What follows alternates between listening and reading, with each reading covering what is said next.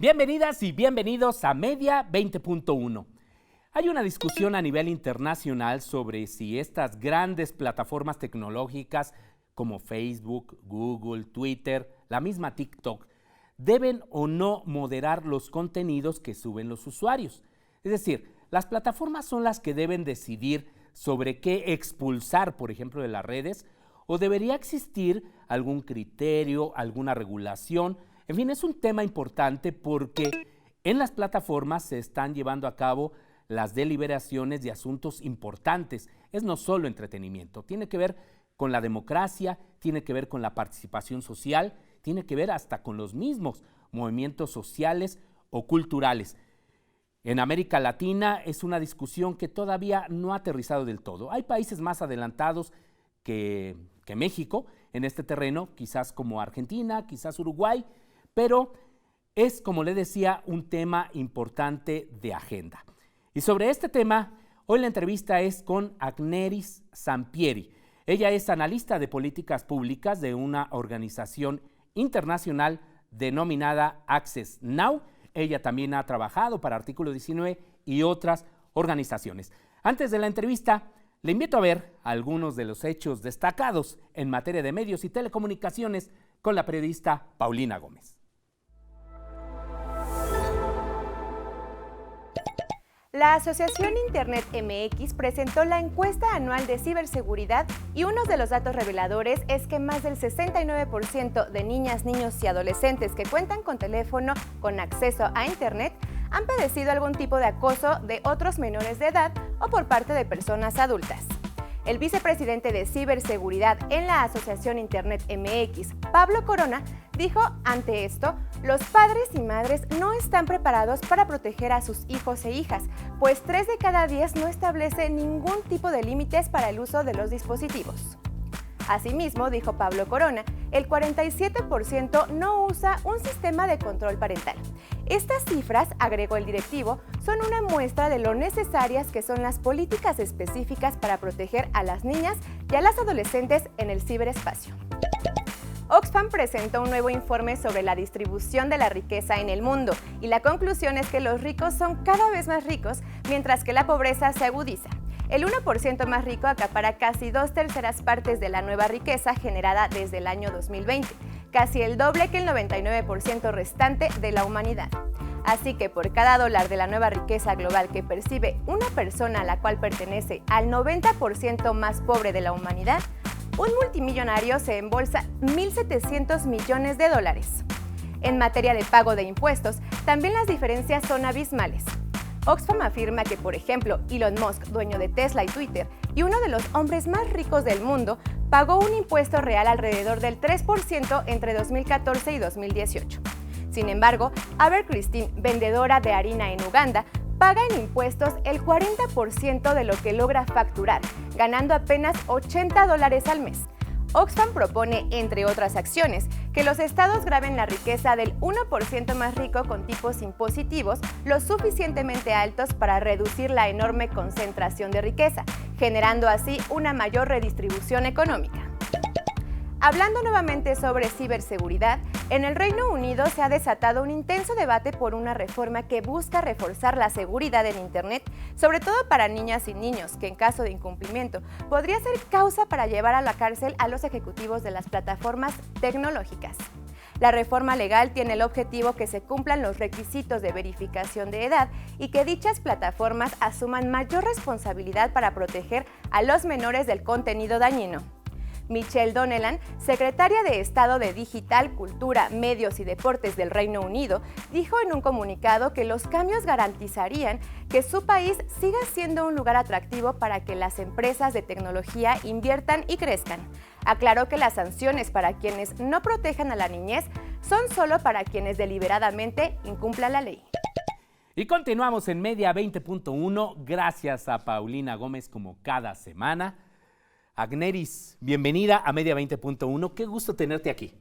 El gusto es todo mío, Gabriel. Gracias a ti por recibirme y a todo tu auditorio que va a estar escuchando esta entrevista tan interesante y de temas tan actuales y tan controversiales en algunos casos. Vaya que sí. Oye, antes de que nos expliques este tema de las plataformas, dinos por favor ¿qué es Access Now?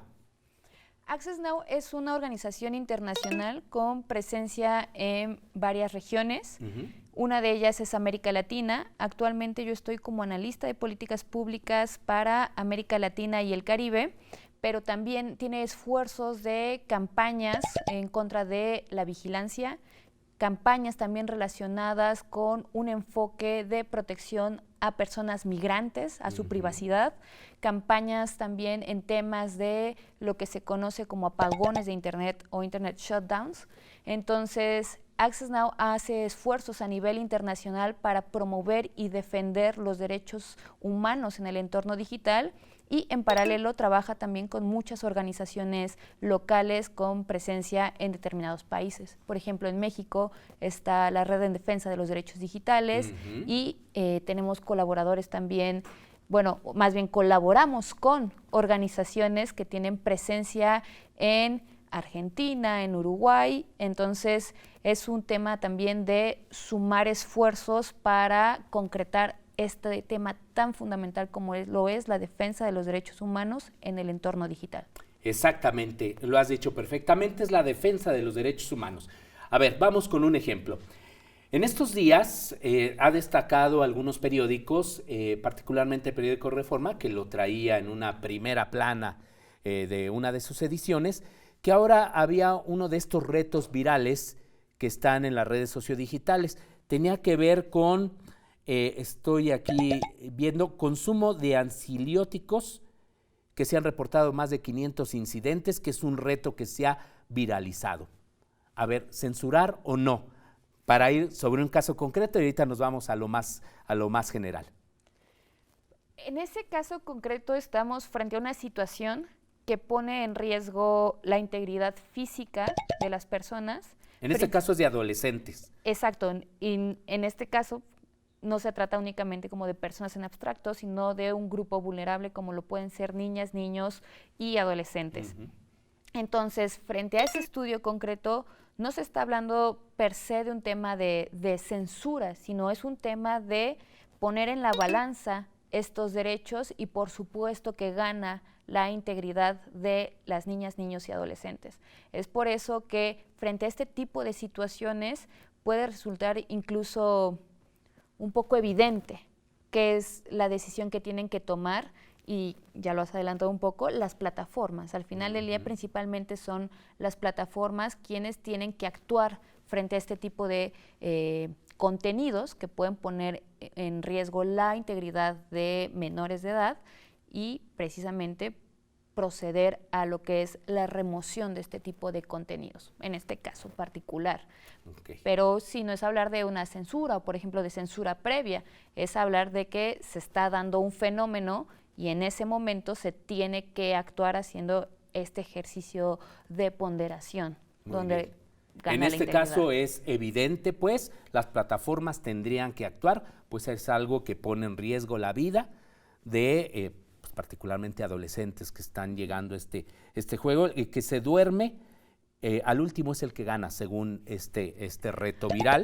Y pues sí, la policía cibernética ha recibido este tipo ya de quejas, ¿no?, que se han presentado porque pues hay muchachos, muchachas que pretenden participar en estos juegos virales.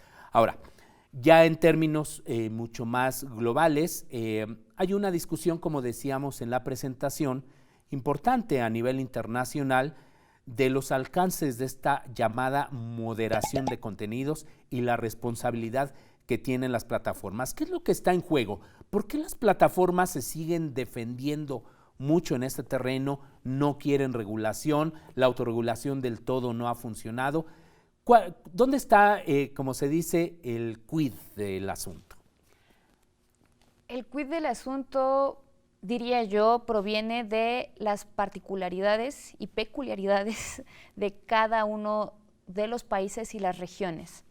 Estas discusiones, si bien también se dan en un marco global, donde existen organismos internacionales que quieren incidir a través de lineamientos, a través de recomendaciones sobre cómo debe de ser la moderación de contenidos de las plataformas digitales, por el otro lado también está toda esta parte regional. Esta parte regional en la que por ejemplo, Europa y América Latina no tienen el mismo contexto histórico, no tienen el mismo contexto cultural, no tienen el mismo contexto legal incluso, mientras que en Europa es sumamente importante tener un marco robusto en el tema de protección de datos personales, donde incluso se ha reconocido figuras en América Latina sumamente controversiales como el derecho al olvido.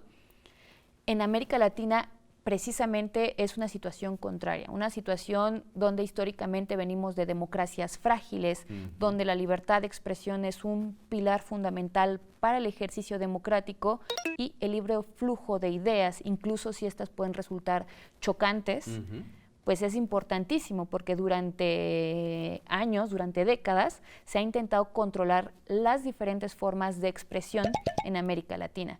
Entonces, podemos observar que es una discusión internacional y que tiene muchas particularidades también en las regiones, en cada una de las regiones, e incluso también diría que no es lo mismo hablar de moderación de contenidos en Brasil, donde uno de los principales promotores de la libertad de expresión y a quien se le adjudica la difusión de mucha desinformación es al régimen del expresidente Bolsonaro.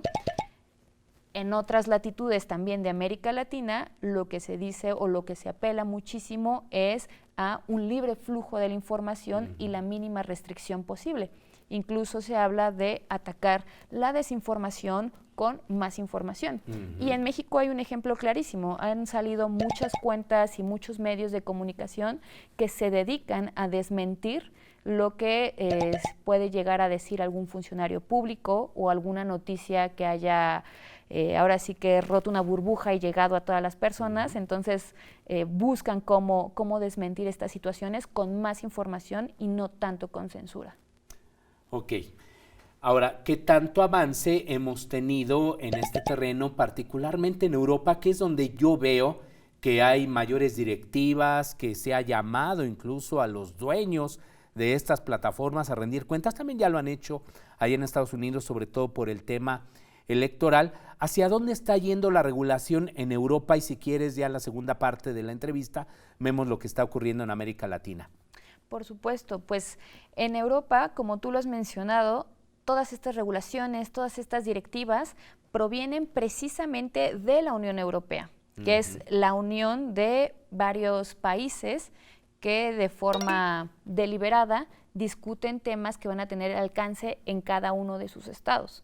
Entonces, estas regulaciones son de carácter general y tienen un gran peso económico, porque estás hablando ahora sí que del conjunto de varios países que tienen estas mismas directivas, estas mismas directrices, y al día de hoy una de las más sonadas es la famosísima DSA, que es la directiva que pretende precisamente regular el mercado económico y las plataformas digitales, donde se hace una intersección muy fuerte con la moderación de contenidos.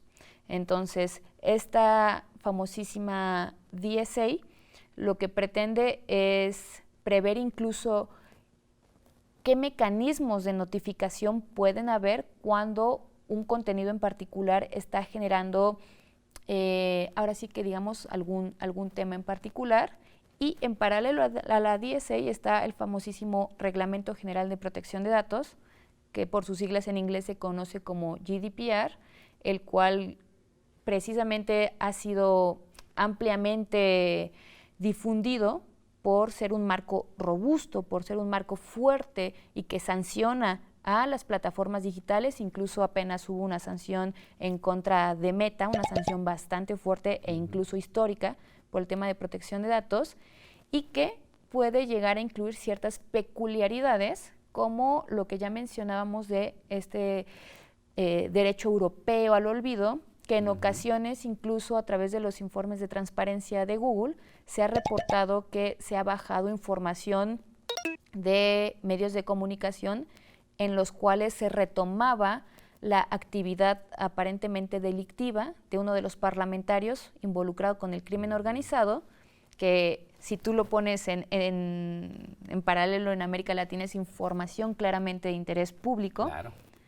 allá se tuvo que dar de baja porque lo que sucedió es que estos medios de comunicación incluyeron datos sobre el domicilio de esta persona.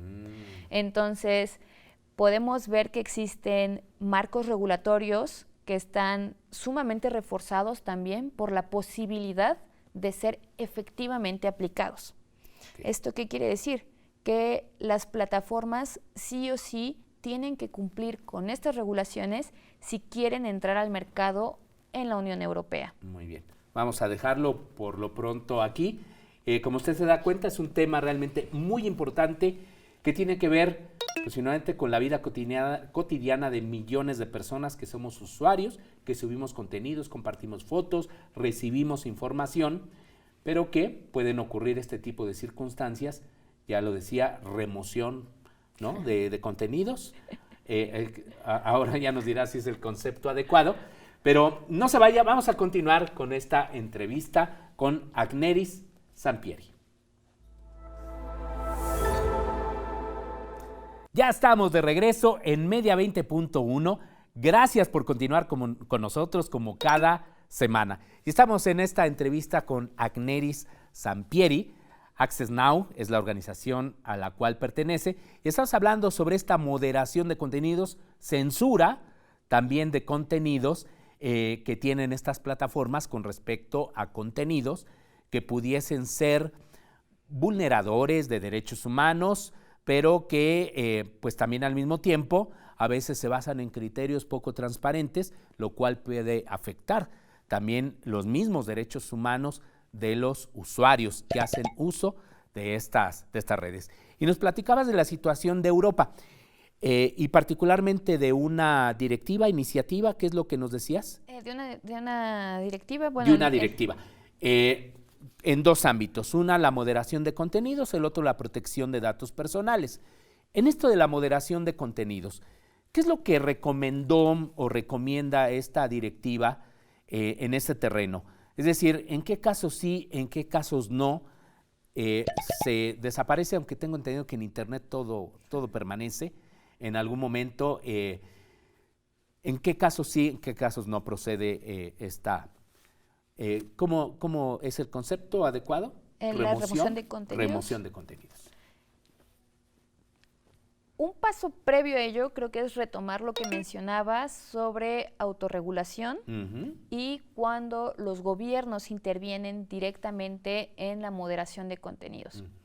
Por lo general, o lo que sucede en una primera instancia es que las plataformas tienen lo que conocemos como términos y condiciones o sus políticas, y a través de estas políticas indican a las personas usuarias, que por lo general no las leemos, qué tipo de contenidos está permitido o no difundir a través de su plataforma, y un poquito, en algunas ocasiones, dan indicios de por qué es así. Por lo general tratan de hacerlo lo más genérico posible para adaptar estas políticas y estos términos y condiciones a un marco global. Vis a vis, hay intentos gubernamentales como en algunos casos iniciativas en América Latina, pero ejemplos fuertísimos y muy claros son estas directivas, estos reglamentos que surgen en Europa. El DSA concretamente lo que prevé es que se pueda notificar de un contenido infractor y dar información de por qué este contenido de alguna manera viola alguna de las normativas europeas. Y entonces se procede a su evaluación. De acuerdo. Es así como sucede en términos muy generales en el DSA, pero también lo que es importante enfatizar es que esto es posible porque las empresas, si quieren tener presencia en la Unión Europea, tienen que cumplir con estas regulaciones que también les piden contar con representantes de estas compañías en territorio europeo, lo cual vuelve aplicable esta situación, cosa que no sucede en América Latina. Y bueno, pues vayamos a América Latina. ¿Qué tenemos en América Latina? ¿Intentos de regulación todavía? ¿O ya hay avances que tú, con base en esta evaluación de las políticas públicas, han sido notables a destacar. En América Latina hay un gran reto, y es que no somos la Unión Europea y no somos la Unión de Países Latinoamericanos. Claro. Entonces, aquí los esfuerzos de regulación, por llamarlos de alguna manera, avanzan de forma individual en cada uno de los países. Entonces, si tú tienes a Costa Rica sacando una iniciativa para la moderación de contenidos y quieres obligar a las plataformas que tienen sus domicilios en Silicon Valley o en Irlanda, entonces, pues difícilmente te van a decir, sí, claro, me someto a tu jurisdicción. Que es uno de los grandes retos por un lado, pero por el otro lado también es la falta de entendimiento, acercamiento y discusiones exhaustivas en estos temas, porque muchas veces lo que sucede es que quieren imitar lo que está sucediendo en Europa, Sí. es que quieren imitar lo que está sucediendo en Estados Unidos y no se alcanza, o en los momentos en los que se están redactando estos proyectos de ley, no se alcanza a percibir precisamente cuáles son las diferencias de las realidades en cada uno de estos países. Entonces, si aquí queremos hablar de una regulación del derecho al olvido, que de hecho ya sucedió, se trató de legislar en la Ciudad de México, se aprobó en el Código Civil el reconocimiento de un supuesto derecho al olvido para las personas que hubieran fallecido y que se pudiera eliminar la información de Internet, pues realmente uno, no tiene nada que ver con el derecho al olvido que existe en Europa, y dos, se está hablando precisamente de reconocer un término súper abstracto y muy ambiguo que va a ser utilizado para remover información que es de interés público. Supongamos, no hablemos del caso de México, pero hablemos del caso de Chile. Ya está muerto Pinochet. Sí. ¿Qué vas a hacer? ¿Vas a proceder a eliminar toda la información que hay en Internet de esta persona porque tu código local lo menciona? Es definitivamente una falta de entendimiento de lo que son estos conceptos que pueden sonar muy rimbombantes, que escuchamos que suceden en Europa, pero que no guardan relación alguna con la realidad ni con lo que se pretende legislar. En la Ciudad de México lo que querían legislar era legado digital, ¿no? ¿Qué sucede con tus cuentas al momento de fallecer? Sí. Y sobre todo porque cada vez es más común que las cuentas produzcan ganancias económicas. Entonces, ¿qué sucede con esas cuentas? Creo que es un debate sumamente válido, pero lo que no es válido es decir que una vez que mueres, procede el derecho al olvido, el borrado, salvo que tú menciones algo diferente en tu testamento. Entonces, se parte de la idea de borrar el acceso a la información y la libertad de expresión, que es en doble sentido. En mi sentido de expresarme, pero también en el sentido de poder tener acceso a toda esa pluralidad de información que está allá afuera. Ustedes recientemente, ya para ir cerrando, nos quedan unos segundos casi de programa, hicieron algo también allí en Argentina, es decir, un conjunto de organizaciones que presentaron una serie de propuestas para la regulación de las plataformas con una visión democrática de derechos humanos. Recientemente, Access Now, en conjunto con otras organizaciones de América Latina, y como bien lo mencionas, esfuerzos en Argentina y en Uruguay, consistieron en elaborar principios para la moderación de contenidos. Estos principios son de alguna manera muy generales, pero lo que buscan es retomar precisamente este espíritu de resguardar y proteger los derechos humanos frente a cualquier ambición de decir que se está regulando a las grandes plataformas digitales.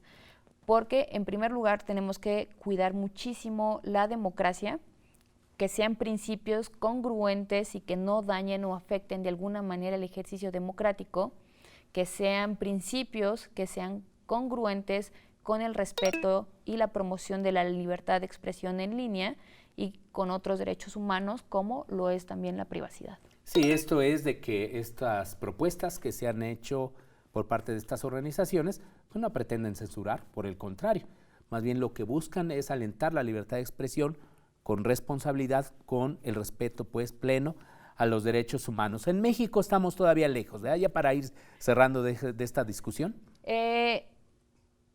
No quiero decir que estamos lejos porque en una de esas sale una iniciativa Mañana. así mañana. Lo que sí te puedo decir es que han existido intentos y estos intentos se han quedado lejos, muy lejos, de respetar los derechos humanos y de entender de forma completa qué es lo que se pretende cuando se habla de moderación de contenidos. Ok, de acuerdo. ¿La autorregulación ha funcionado?